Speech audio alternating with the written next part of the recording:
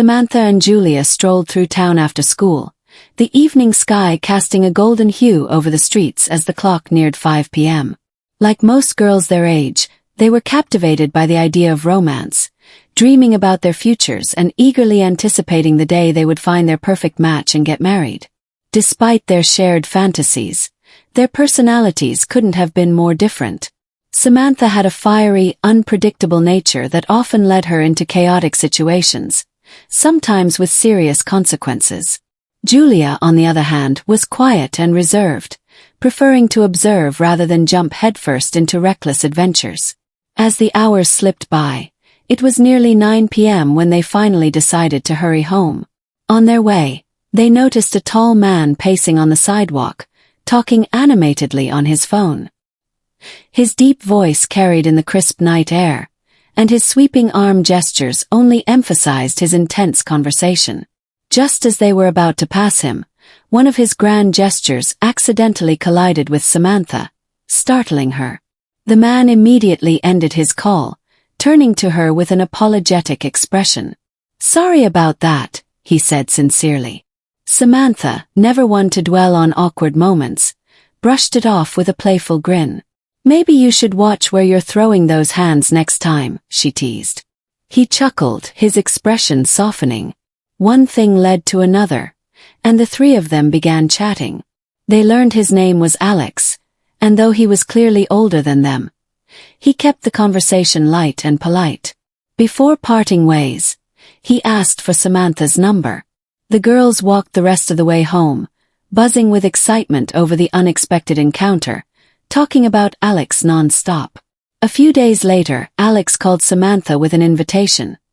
He wanted both girls to join him for a weekend at his family's cabin.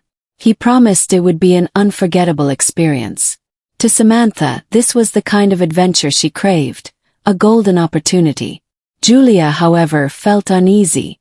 Something about the idea of heading to a remote location with two older men didn't sit right with her.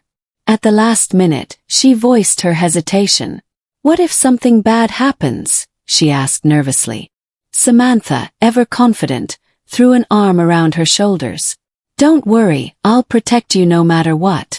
Reassured by her best friend's unwavering confidence, Julia pushed her worries aside, and they set off to meet Alex. When they arrived at the meeting spot, Alex was already waiting, joined by his friend Ethan. From the moment their eyes met, a quiet chemistry sparked between Julia and Ethan.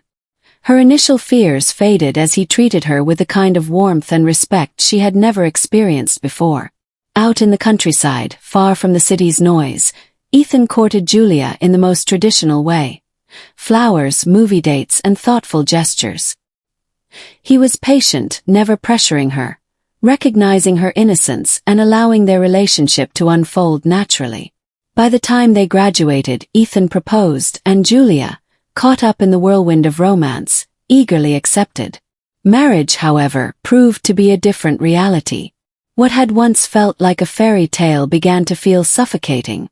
Julia soon realized she had rushed into a lifelong commitment without truly understanding what she wanted. The weight of her decisions became clear one fateful night at a friend's birthday party.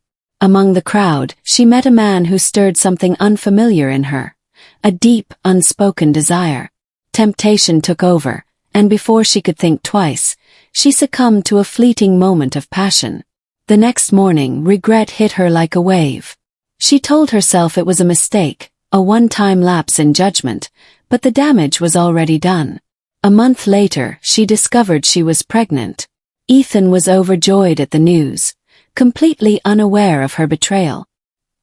He doted on Julia, treating her like a queen, proud to be the father of their child. When their daughter Vicky was born, Ethan fell even more in love, not just with Julia but with the tiny, perfect baby in his arms. He embraced fatherhood with open arms, tending to every cry, every sniffle, showering Julia with love and devotion. Guilt gnawed at Julia, but she convinced herself that what Ethan didn't know wouldn't hurt him. He trusted her completely, and she had no reason to believe he would ever question Vicky's paternity. As Vicky's first birthday approached, Ethan and Julia went all out, throwing an elaborate celebration with decorations, entertainment, and guests. The day left them exhausted, and that night, they collapsed into bed without a second thought. Sometime past midnight, Ethan awoke, thirsty. On his way back from the kitchen, he heard Julia mumbling in her sleep. At first, he assumed she was calling for him, but as he leaned in, his blood ran cold. "I hope Ethan never finds out that Vicky isn't his," she murmured, her voice thick with unconscious confession. Ethan's heart pounded. His entire world tilted, his mind racing. Had he really heard that? Or was it just nonsense from a dream? The doubt festered inside him, eating away at every happy memory. Finally, unable to live with the uncertainty, he took a step he never thought he would. He secretly ordered a DNA test. The wait was torture. Every passing day felt heavier as he braced himself for the results.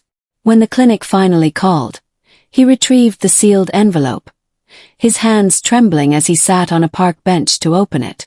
The truth shattered him. There was zero chance he was Vicky's biological father. Devastated, Ethan turned to the one person he had always trusted, Alex. They drank heavily, and Ethan poured out his pain. Through the haze of liquor, he realized something important. Vicky was innocent in all of this. She had done nothing wrong. It was Julia's betrayal that had broken him, not his love for his daughter. Determined to confront his wife, he called Julia, his voice carefully calm. "Drop Vicky at your mom's. Let's have a night to ourselves." Julia, oblivious to what was coming, agreed. When she arrived home, she immediately noticed the scent of whiskey in the air. "Ethan," she called out sweetly. He didn't answer right away.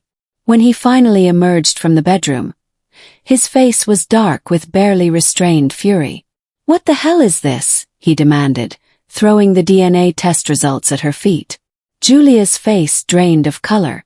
Trembling, she picked up the papers, her eyes scanning the damning proof.